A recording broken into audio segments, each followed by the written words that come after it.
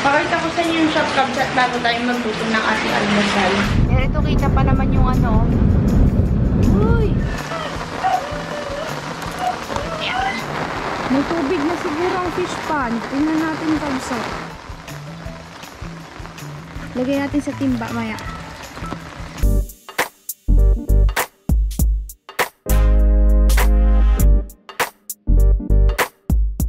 Magandang maulang umaga sa inyong lahat.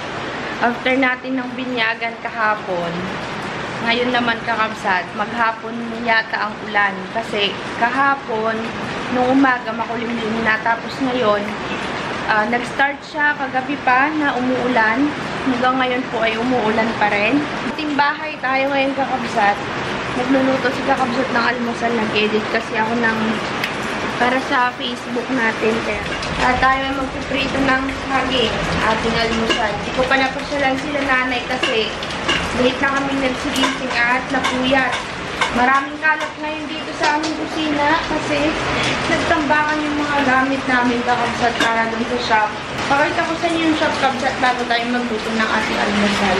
Ito na po yung update sa shop nila kabsat. Timbahay lang muna tayo ngayon kabsat. Kapag tumigil ang ulan ay pupunta tayo sa farm mamaya. Yan. Inaayos ko yung mga lista kagabi. Hindi pa yan kompleto. May parating kami kakabsat. Ay, oo nga yung tubig. Ayun, sa harapan. Ayan po. Oo. Ito pa din nakita mo na to? Oo, nakita ko. Napasok nga yung tubig. Saan natin ilalagay yung liso? Doon sa taas. Uy, palpakabsat ah. Kapag ganito palang kalakas yung ulan, may pumapasok ng tubig. No, much more kapag talagang malakas na yung ulan. Tapos kakabsat, nagpalagay kami ng sa bubong kasi nga tumutuloy yung dito sa pinakabahay natin. Meron pa rin nakalusot na tubig. Yan. Ito na po yung update sa kanyang shop-shopan. Magulo pa po kakabsat, hindi pa kompleto kasi inaayos pa yung mga papel permit natin. Pero meron tayong DTI permit. Ano na ngayon hinintay mong isa? Business permit? Business permit. Ba, may laman na din yung kanyang Yung piso wifi kabsat, nandito. Papakita ko sa inyo soon kapag tayo ay nakalabas na. Eh, sana mamaya tumigil lang ulan tayo ay lalabas. Yan. Sa mga nagtatanong ng update, ayan na yung update natin. Hindi pa tayo kabsat lang cooperate. Kaya hindi ko siya napakita sa inyo dati. Ito pa lang nangyari sa kanya dyan. Ang ulam po natin ngayon sa kabsat ay saging na pinirito. Tapos yung itlog. Dami kasi tayong itlog at hindi pa tayo nagpapapisa. Yan. Ulamin muna natin. Ito yung sinasabi nila din na kapag umulan dire-diretso.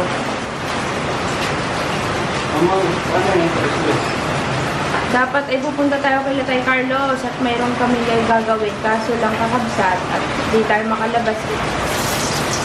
Ayan.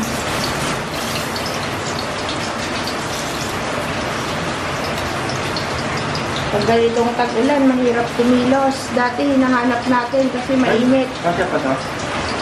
Ilang lagay mo lang. Tama na di ha. Pinagbigyan lang tayo kahapon no day. Buti na lang kahapon. Nag-change kasi yung binyag. Dapat ngayon yon, linggo. Nag-change sila ng Sabado. Kung hindi, uulanin yung binyag ng mga bata. Mahirap din walang magapuntang mga bisita. Dami pa naman nilang handa. Si Penny, baka mayroon pa dyan. Joke lang.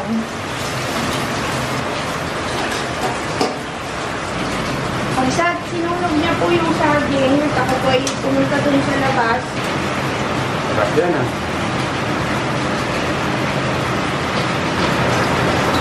Hapon na natin pagsat bago pa masunog.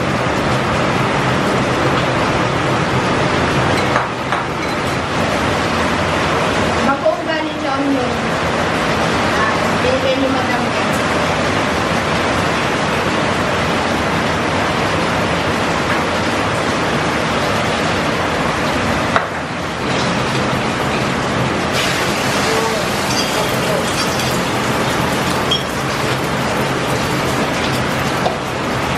Ganito po kasi ano yung pagkakaprito ng itlog. Yung medyo parang murtado. Oh, sarap niya na. Yan ang sinasabi ko prito ng itlog. Matinding lutuan niya na. Pag nagluluto kasi sila kapsat ng itlog kapsat, parang pancake. Ay, ayaw ko ng ganong itlog. So, yung may ganyan, matusta-tusta. Kakain na po tayo, kakapsat. Kakapsat, ang lakas ng ulan. Naglinis kami ni kakapsat dito sa labas kasi nabasa po yung mga basahan namin. Nakalimutan namin itabi. Basa na yung farm natin ngayon. Buti na lang talaga kapsat na ayos natin yung kulungan ng manok. Ilipat sila, no? Kung hindi, yari, maglilimas tayo dun sa manukan. Hindi limay, oh. Mukhang hindi tayo makakalabas ngayon sa kapsat, ah. Kasi mag-alauna na, pero lalong lumalakas yung ulan, tas lalong dumidilim, tas may kasama na pong hangin. Kakabsat, lumabas na po tayo at medyo humina-hina yung ulan. Pero ano pa rin kakabsat, madilim ang paligid. Feeling ko dun sa may bandang Tulaong, baha na. Kasi dun sa dinaanan namin, medyo marami ng tubig yung kalsada. Ito na din yung kapalit ng matinding init. Sobrang ulan naman ngayon kabsat. At sobrang aga rin po para umulan ng ganito katagal. Base sa weather forecast sa aming mga cellphone, hanggang Wednesday na uulan. Parang 55 to 60% simula bukas. Kasi kahapon 80%, tapos ngayon 85%, kaya maghapon siya kabsat. Tapos medyo malakas. Pero sa ngayon, mukhang naging accurate yung weather forecast. Sa Thursday, Friday pala. Thursday ang huling ulan, sabi? Oo, Friday pala ang medyo wala ng ulan. Pero cloudy na de. Pag ito hindi pa po tumigil, ay siya, magtataas ang tubig. Ay, kita pa yung linya, Noon kasi hindi tayo nakatawid dito, no? Sobrang taas ang tubig. Lulubog na si Susi. Pero ito, kita pa naman yung Uy! Kita pa naman yung guhit. Pag di mo na nakita yung guhit, yun na, malalim na talaga yun. Sugalan na. Sugalan na to. Kabsat, andito na tayo. Yan, nagulan na. Uy, ganda ng siniguelas. Ang katalbos kabsat. May talbos na siya. Galing, Yan. Talong.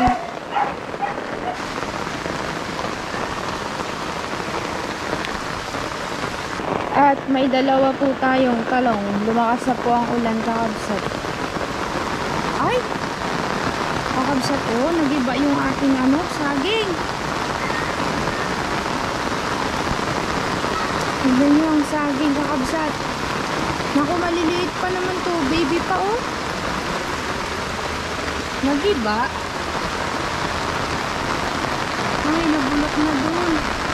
Yung nakabsat, nagatulo yung aking payong. Yung papaya. Oh, hinog na.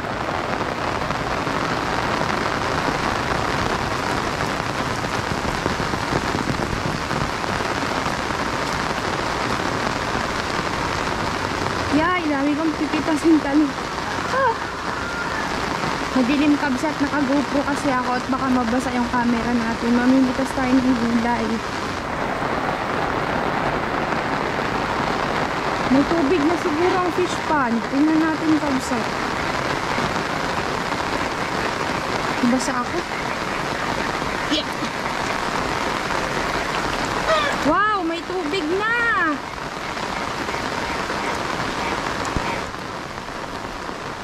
Daming palaka yan. Aroy, ang kubo basa. Walang tubig. Wala pang tubig yung kanal kakabsat. Fish pond lang mayroon. Pero, namulaklak na naman ang aking orchids. Pero also, Ayan po siya kabsat. Ito naman may tubig na rin. Kapag ito kakabsat ay dumire-diretso yung ulan, tataas yung tubig. Kasi nga dating ilog to kakabsat, kaya kung mapapansin nyo bakit buhangin siya, bato-bato. Dati pong ilog itong lugar na to, kaya mabilis magkaroon ng tubig. Yun yung mga palaka. Yun yung mga palaka na matataba ang ano, katawan. Parang butit. Oh, tignan mo.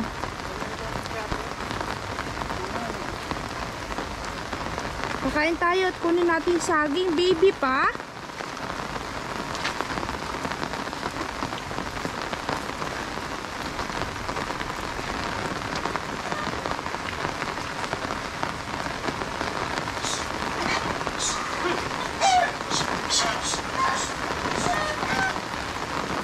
Kunin natin yung mga talong.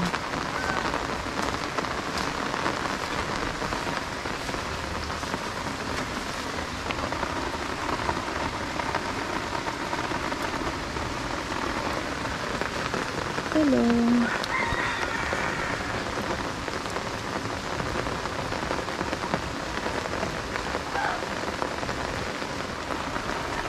Baby pa to.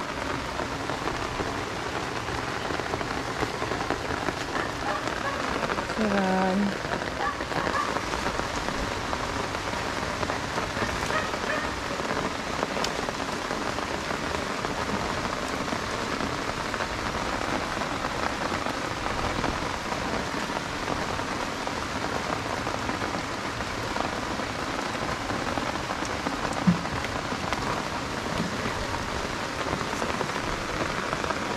Dalawa ako kabisat.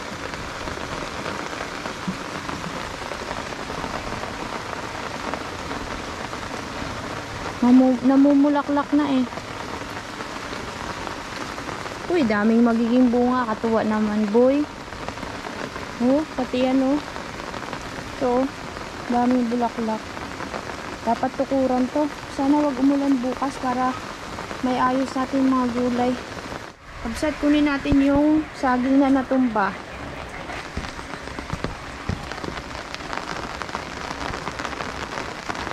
As ng ulan.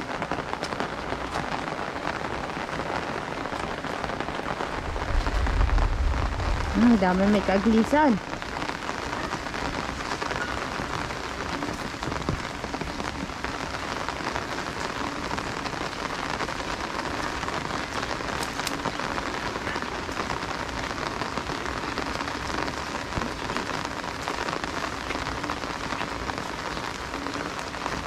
Yan.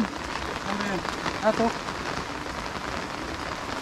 Natumba siguro nung naghangin din, no?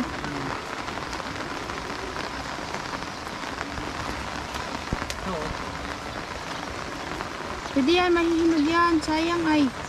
Kukunin natin. Oh, ano? Pag di mo kinuha, ano, oh, mabulok na. Tatanggalin ko na? Oo, kunin na natin.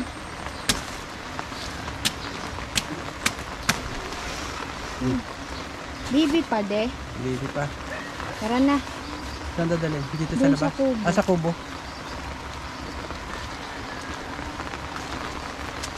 Tumba. Hindi kinaya. Kukunin natin yung puso. Huwag na, bukas na. Mahirap magsungkit. Gusto niyo pa kunin yung puso. Kahirap-hirap kaya magsungkit. De, papaya. Pakain mo sa manok yung isa. Ito hinog na, oh. Yun ba ito? Hindi yan. Yung isa. Oh, yan. Pwede na yan kainin mamaya. Uy! Nalagla isa pa, de. Bigay mo sa mga manok. Sayang ay, oh. Yung isa. Ito.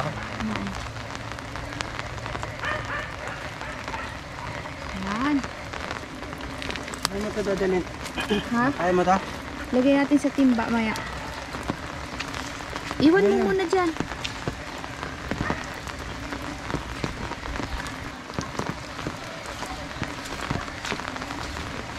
Ang magbubukid, si Kakabsut. Naku, ilang araw pang uulan. Hindi tayo makatanim ah. Pwede naman ako magtusok-tusok dyan. Sana ano, kahit isang araw lang kahit kulimlim lang. Sabi ko, wish ko kahit mag-araw. Nung may araw, sabi ko sana mag-ulan.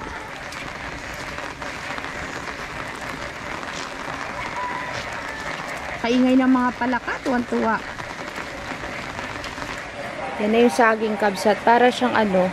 May laman na. Malalaki na rin. Maliit lang talaga. Oh.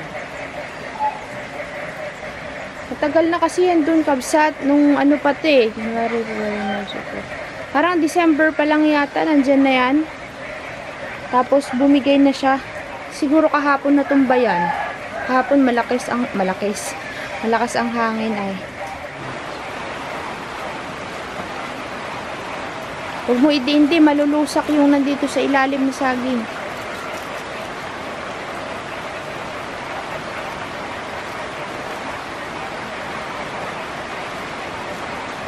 Sasabit niya yan, parang tunda. Parang karning baboy lang ha. Pwede na yan, sabit mo na. Itayo mo na siya.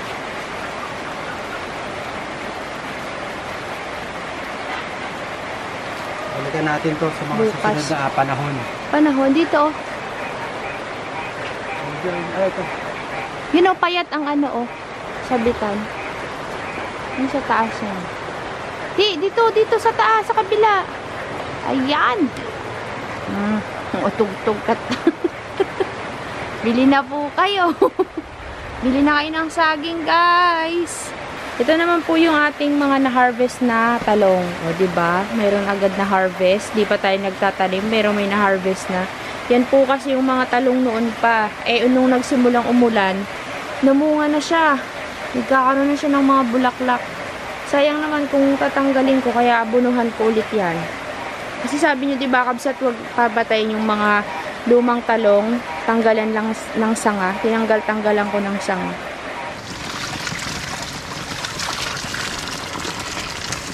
Masaya ang mga manok. Hindi sila nababasa. Hindi kagaya dati, puro putik sa lalakaran nila. Ay, shoutout po nga pala kay Sir. Kalimutan ko yung pangalan niya. Nag-comment siya about sa saging. Oo nga sir, na ano ko yun, naisip ko din yun na medyo malapit sa bakod. Ay, yain na, ganyan na. Solo naman po yan, mababa lang. Yun nga lang, nadagdagan ng saba. Ako na magsara de. Oo, hawak lang sa likod. Baba mo na lang.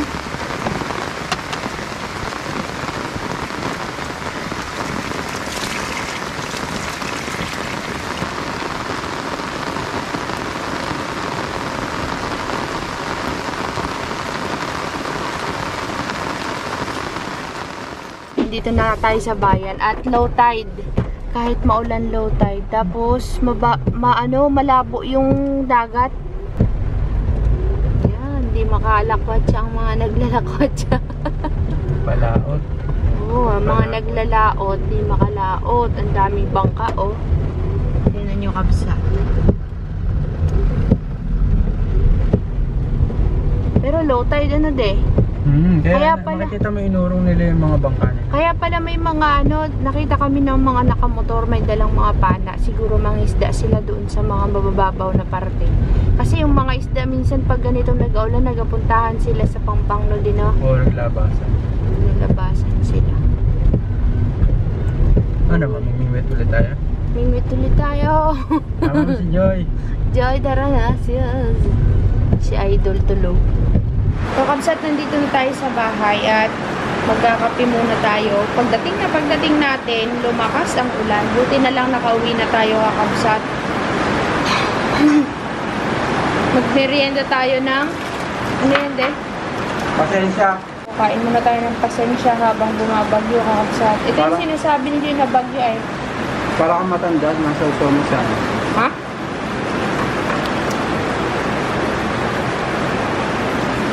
Masarap? Sinasawsaw niya ho yung pasensya sa Mayo. Milo.